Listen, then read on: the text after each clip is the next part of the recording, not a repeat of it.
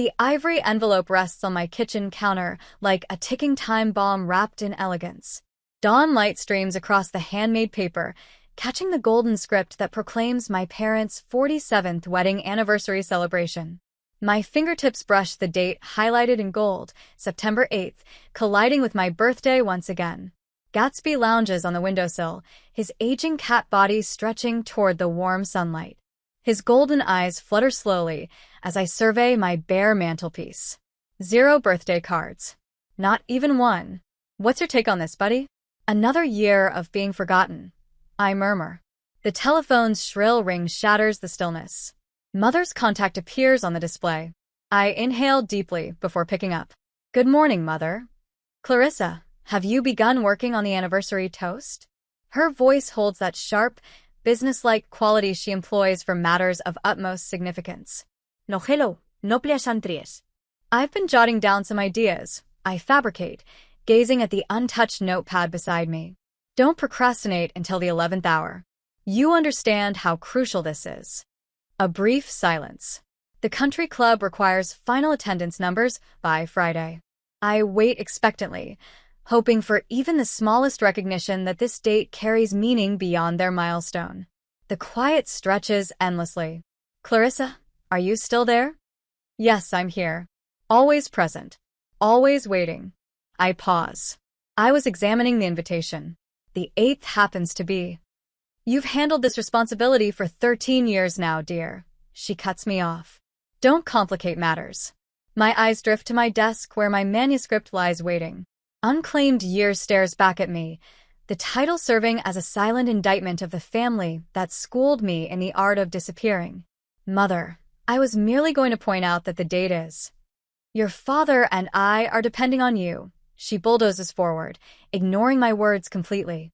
The governor's wife will attend this year. Everything must be flawless. Flawless. Her cherished word. The benchmark against which everything in her universe must measure up. Particularly her children. Dean, with his medical practice and exemplary sons.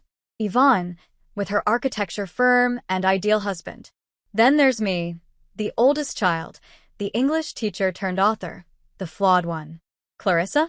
I'll focus on it this week. I surrender, the words bitter on my tongue. Wonderful. I knew you'd see reason. Her tone brightens, mission accomplished. Oh, and wear that forest green dress from Christmas. It conceals your midsection beautifully. The memory resurfaces unbidden. Last year's anniversary gala, the country club's dining room adorned with white orchids. Me, positioned at the podium, delivering remarks about lasting love while my own birthday candles remained unlit. Ren, my gorgeous 21-year-old daughter, pulling at my sleeve afterward. Mom, it's your birthday too. Shouldn't we celebrate you? Mother overheard, her smile tightening. Tonight honors your grandparents' marriage, not birthdays. Ren's bewildered look. My rehearsed smile. I need to hang up, Mother. I say now, my grip trembling around the phone. Remember the speech. The line goes dead. I place the phone down and press both palms against the cold countertop, anchoring myself. My laptop sits open, the manuscript nearing completion. 13 years of toasts celebrating their union while my birthdays evaporated. 13 years of appearing, being obedient, staying invisible. The front door swings open, followed by the thud of a backpack hitting the floor. Mom? You around? Ren's voice floods the house with warmth. In the kitchen. I respond, quickly dabbing my eyes. She emerges in the doorway, tall and self-assured in ways I never was at her age. Her dark hair, so similar to mine before the silver threads claimed it, cascades in waves past her shoulders. I was thinking we could have lunch at Myrtle's, she says, pecking my cheek. My treat. What's the special occasion? Her expression goes blank momentarily. No particular reason. Just craving their food. The realization stings more than it should. Even Ren has forgotten.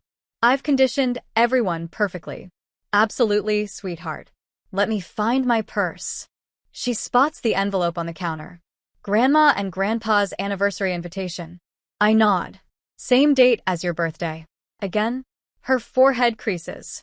Don't they ever realize? The question hangs in the air. Something ignites in my chest. Not the familiar resignation, but something fiercer, less controllable. They realize, I say softly. They simply don't care. Ren's eyes widen at my unusual candor. I head toward my study, gesturing for her to follow. There's something you need to see. I retrieve the photo album from my bottom desk drawer. Decades of proof. Birthday celebrations canceled for Dean's baseball tournaments. My college graduation overshadowed by Yvonne's surprise engagement announcement. My wedding day, when father toasted hoping Clarissa will finally discover her purpose. Ren examines the pages, her expression shifting from confusion to outrage. They've conditioned all of us to overlook you, haven't they? She whispers, meeting my eyes with horrified comprehension. I don't respond. The evidence speaks for itself. Instead, I open my laptop and angle the screen toward her. This is my current project. It's titled Unclaimed Years. My cursor hovers over the dedication page. To those who taught me that being invisible doesn't mean you cease to exist. For the first time in 46 years, I feel acknowledged. The following morning, the phone jolts me awake at 7:15 a.m. Dean's name illuminates the screen, an uncommon occurrence this early. My brother contacts me exactly 3 times annually. Christmas, Mother's birthday, and when he requires something. What did you tell Mom? His voice pounds through the line, without greeting. She phoned me in tears last night. I sit up in bed, Gatsby stirring with irritation at the disruption. Good morning to you as well, Dean. Skip the pleasantries, Clarissa. She claims you declined to write the anniversary speech. Sunlight slants through my blinds, creating stripes across the wrinkled bedding. I hadn't actually declined, not yet. But Mother's talent for preemptive attacks remains unparalleled. I never stated that. My voice sounds steadier than I feel. Then what's the issue? You've managed this for 13 consecutive years. Why create problems now? 13 years. The number hovers between us like an accusation. Have you consulted the calendar recently, Dean? Do you know what September 8th represents? A pause. The sound of papers rustling. Tuesday. My birthday. The words drop into silence. Another pause, longer this time. Well, certainly. But what does that have to do with? My phone buzzes with an incoming text. Yvonne, right on schedule. Don't be difficult. Just write the speech as usual. Dean, I need to go. Tell Mother I'll contact her later. Clarissa, don't hang. I end the call and open Yvonne's message. My sister, 3,000 miles away in San Francisco, still functioning as Mother's perfect deputy. Below her first message appears another. It's just a birthday. You'll have another one next year. A voicemail notification appears as I contemplate my response. Father's voice, unusually strained. Your mother needs this celebration to be perfect, Clarissa. The governor's wife is attending. Contact your mother. Not one mention of my birthday. Not one. Later that day, the attic stairs groan under our weight. Ren leads the way, a flashlight beam dancing across dusty cardboard boxes. Are you certain about this, Mom? She sounds hesitant, stepping carefully around a pile of Christmas decorations. I need to confirm if I'm losing my mind, I whisper. If I've been imagining this for decades. We locate the storage containers labeled family records tucked beneath the slanted roof. Inside, manila folders are organized by year, Mother's meticulous system working against her for once. I begin with my 16th birthday, settling cross-legged on the plywood floor. Ren pulls the 1995 folder, flipping through documents until she freezes. Mom. She hands me a bundle secured with a faded ribbon. Birthday cards from grandparents, aunts, cousins, all addressed to me, all still sealed, all dated around my 16th birthday. I never received these, I whisper, tracing my grandmother's handwriting. She sent me $20 every birthday until she passed. I thought she'd stopped caring. Ren pulls another folder, then another. More cards, letters, invitations. What's this? She holds up an ornate invitation to a writing award ceremony from my senior year of high school. The envelope addressed to me had been carefully opened, the contents removed, then resealed. I was nominated for a state writing award. They said they mailed the invitation, but it never arrived. My throat constricts. I missed the ceremony. Mother said these events were just participation trophies anyway. Another folder reveals my childhood diaries, each page documenting small erasures. Birthday parties rescheduled for Dean's baseball games. Christmas mornings when my wish lists were misplaced. Award dinners my parents skipped. This wasn't accidental, Ren says, her voice hollow. Systematic. I finish, the word tasting metallic. They systematically erased me. 15 minutes later, the bathroom mirror reflects a stranger, a woman with silver-streaked hair and eyes that have witnessed too much.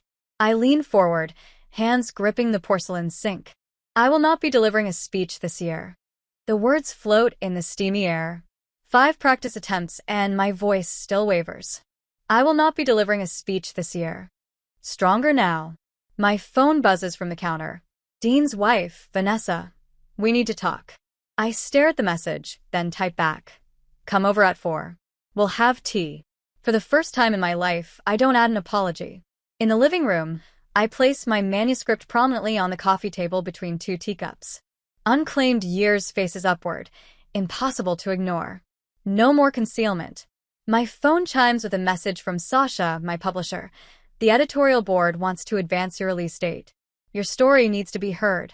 Another text from Martha next door, 92 and sharper than most 60-year-olds, bringing over shortbread. Some stories require courage to tell. I have my own family tales. A calendar notification from my writing group. Surprise gathering tonight. Bring only yourself. These people see me. These people have always seen me. My laptop sits open on the kitchen counter. A blank email addressed to my entire family. I type slowly, deliberately. I will not be attending the anniversary this year. My finger hovers over the send button.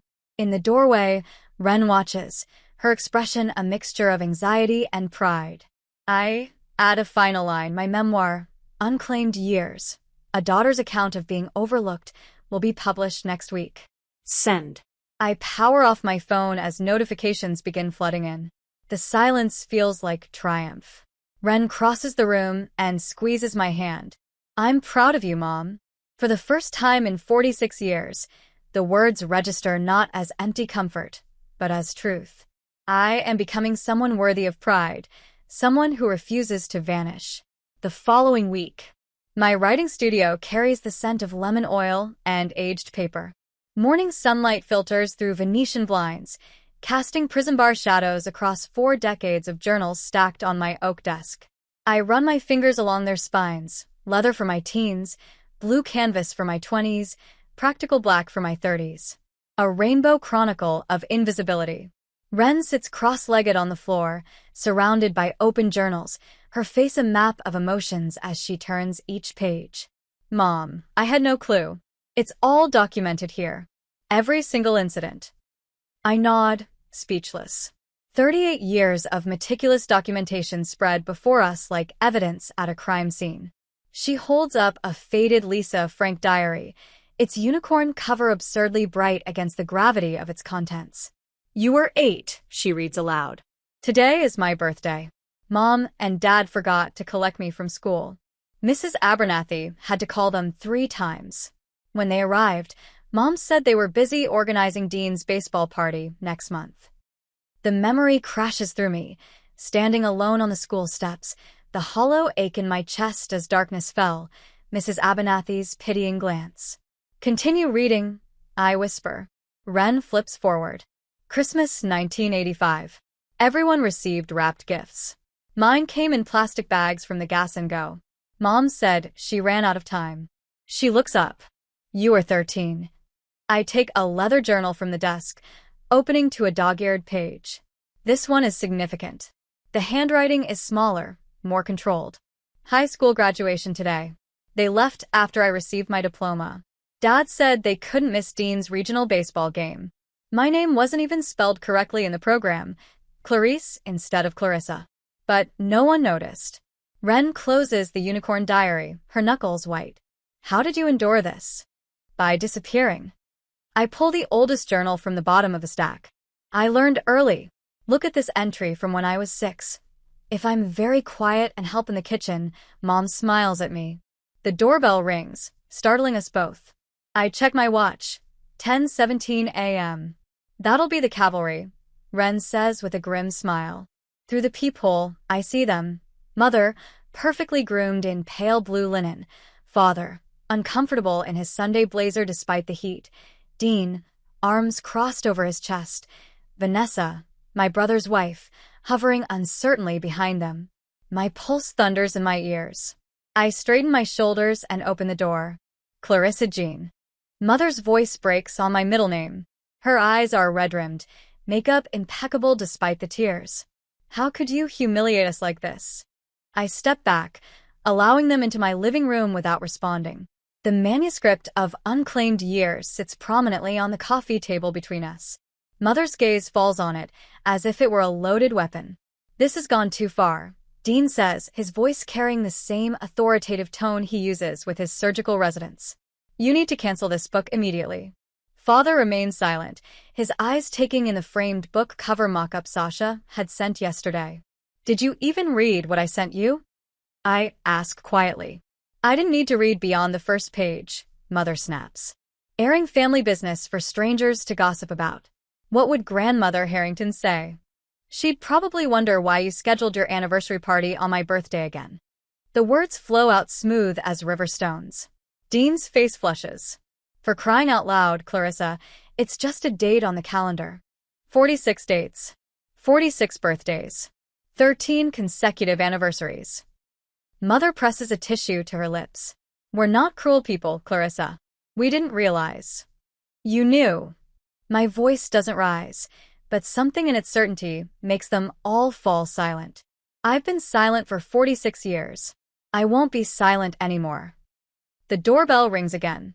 Ren answers it, ushering in Martha from next door, carrying a basket covered with a checkered cloth. Brought you some sourdough. Oh my. Martha's voice carries clearly as she assesses my family.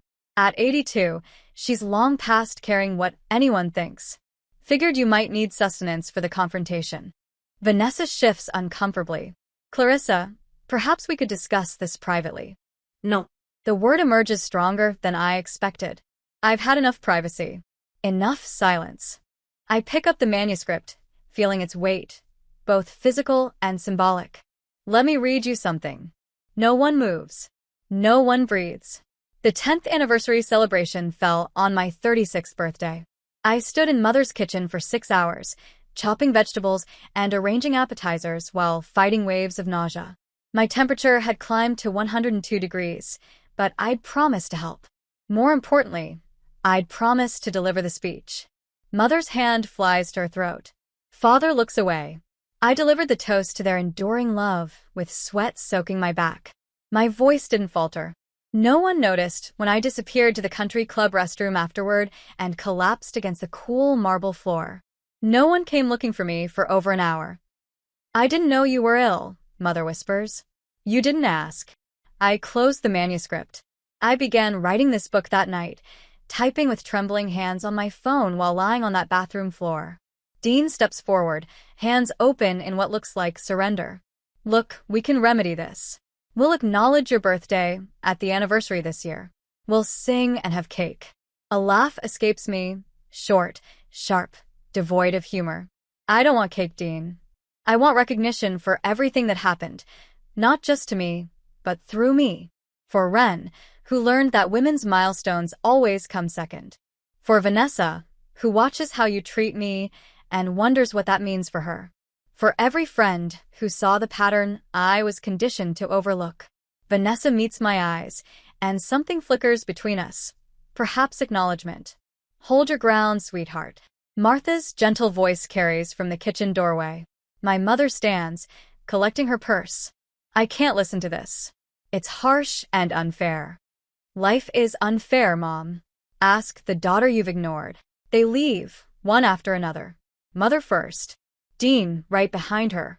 My father hesitates, his hand resting on the doorknob tray. Let's go. Mother calls sharply from the driveway. He turns back to look at me. Really look, maybe for the first time in years. I'm sorry, he says quietly. Then he shuts the door behind him. The silence feels heavy. Martha squeezes my shoulder, then slips out the back, leaving the bread behind. Ren joins me, eyes scanning the emotional wreckage of the living room. "What now?" she asks. I unlock my phone and scroll to Sasha's number. "Now," I say, "we make sure the book launches on my birthday." The manuscript sits in the sunlight, its title in soft silver ink against ivory paper. Unclaimed years, no longer buried. No longer silent. My voice, at last, out in the open. 2 days later, Sasha's manila envelope lies open on my desk. Advance copies of my memoir peek out like courtroom evidence. The morning sun glints off the raised letters of unclaimed years.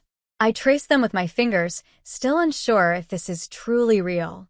My phone buzzes again, Lorraine's name lighting up the screen for the 7th time today. I silence it and turn the phone face down.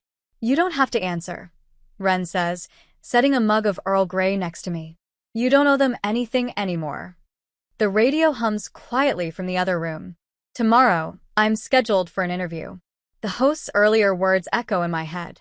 Joining us will be Clarissa Bellamy, speaking about emotional neglect in so-called respectable families. Respectable, the word my mother wears like armor. The doorbell rings. Ren peeks through the front window and sighs.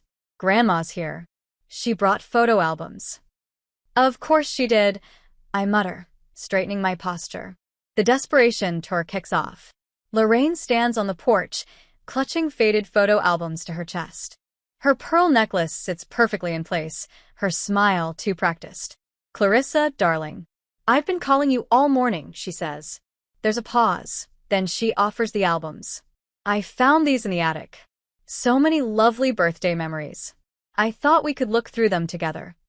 I laugh, the sound sharper than intended. "Birthday memories? That's a creative spin." "Don't make this difficult," she says, her voice dipping into that familiar warning tone. "I've been through enough in my life. Can I come in?" I step aside without replying. From the kitchen doorway, Ren catches my eye and gives me a discreet thumbs up. Lorraine settles on the couch and starts spreading photo albums across the coffee table, flipping through pages with her perfectly manicured nails. "Look, your 8th birthday party. Remember the pony rides?" I focus on the photo. Dean sits proudly on a brown pony, beaming. I'm barely visible on the edge, just watching. "That was Dean's birthday, Mother. Mine was the week before, when you and Father were off in Bermuda." Her smile doesn't fade. "Are you sure?" Goodness, the years blur together. They don't blur. Not for me. She begins flipping faster. "Here's your sweet 16. You mean the dinner Father skipped because of Evan's choir performance? We ate cake in the car on the way home." Her fingers hesitate for a second. Something flickers across her expression. Recognition, maybe. Then it vanishes, replaced with her usual polished smile. "Clarissa, about your book.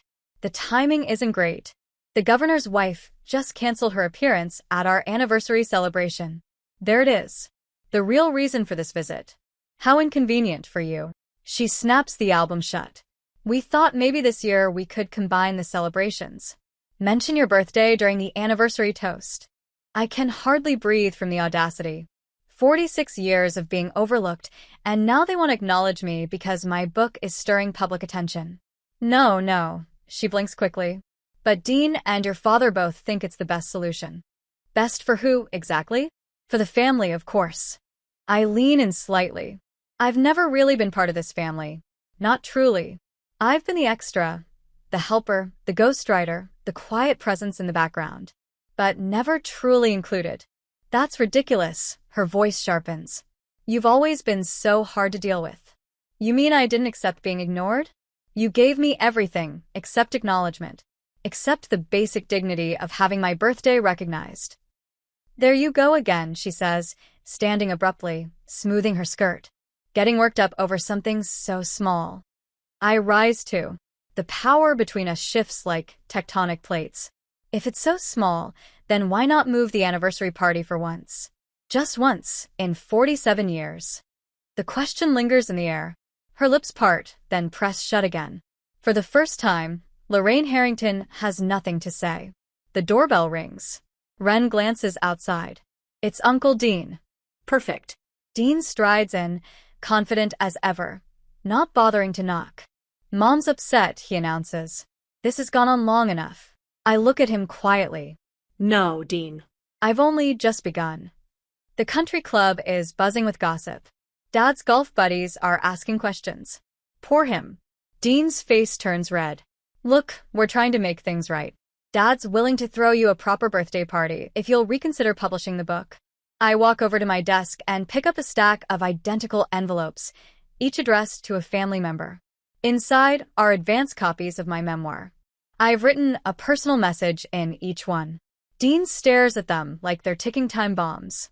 I'm not canceling my book. I'm not coming to the anniversary. And I'm definitely not accepting a last-minute pity birthday party. You're making a mistake, Lorraine whispers. This book will tear the family apart. I hand them their copies. The family was never whole to begin with, Mother, not when I was erased from it. They leave one by one. Dean slams the door first. Lorraine lingers on the porch, her face caught between confusion and anger. Once they're gone, Ren wraps her arms around me. You okay? My hands are trembling, but my voice is calm. I've never felt better. My phone lights up with a text from Sasha. Local paper wants to feature the book. What's the release date? I type back. September 8th. My birthday. My story. My rules. For the first time in my life, I'm not invisible. And that terrifies them. On my birthday, the day my book is published, the bookstore is alive with energy. I stand behind a wooden podium, a simple bouquet of wildflowers at its edge, scanning a crowd that fills every seat and spills along the walls. Copies of my memoir are stacked neatly beside me. The cover is simple but powerful, a birthday cake with 46 unlit candles. Years unacknowledged. Bold serif letters spelling out my truth. Ready, Sasha whispers, her publisher instincts reading my pounding heart. For 46 years, I reply, smoothing my cobalt blue dress, the one I chose instead of the forest green my mother always said hid my stomach. The bookstore owner steps up to the microphone. We're honored to welcome Clarissa Bellamy tonight, for both her book launch and her birthday. Applause ripples through the room. Birthday. The word lingers. Acknowledged. Celebrated. My throat tightens. I spot Ren in the front row, her smile fierce and proud.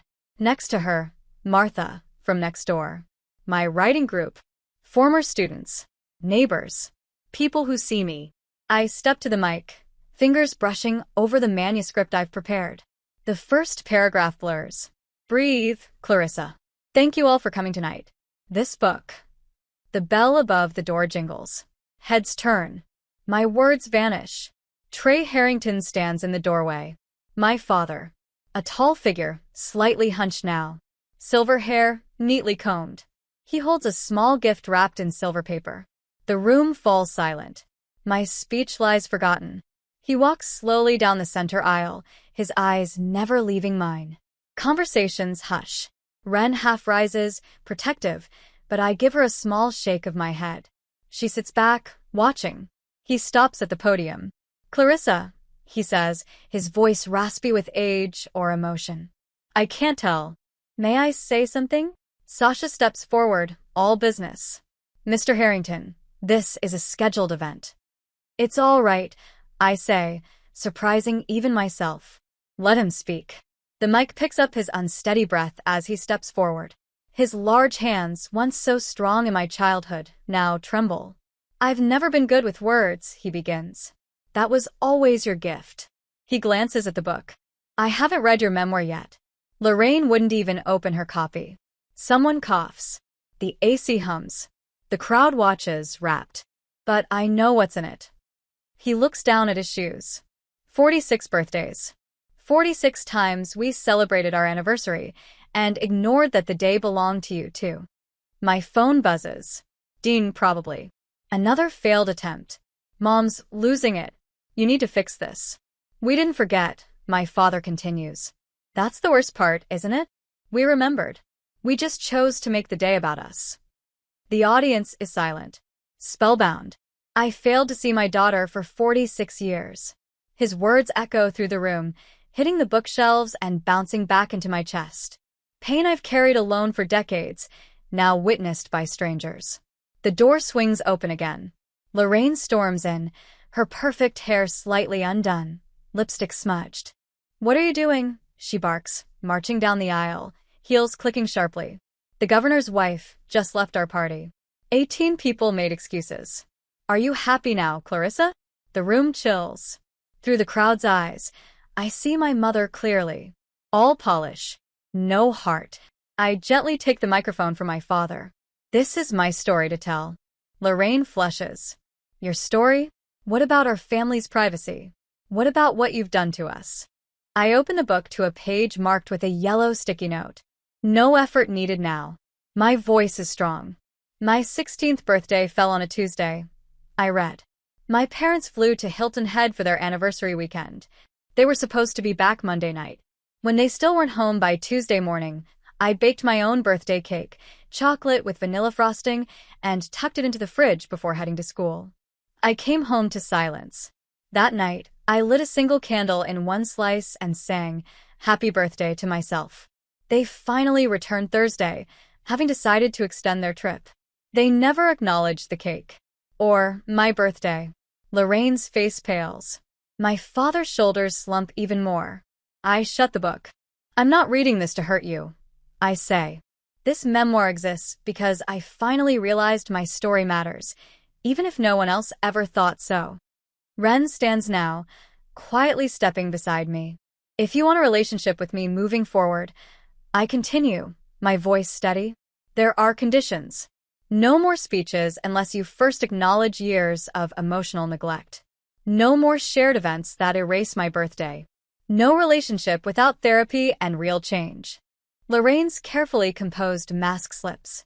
For a split second, I see something underneath. Shock, maybe confusion, or the dawning horror of recognizing yourself for the first time. This isn't how families act, she whispers.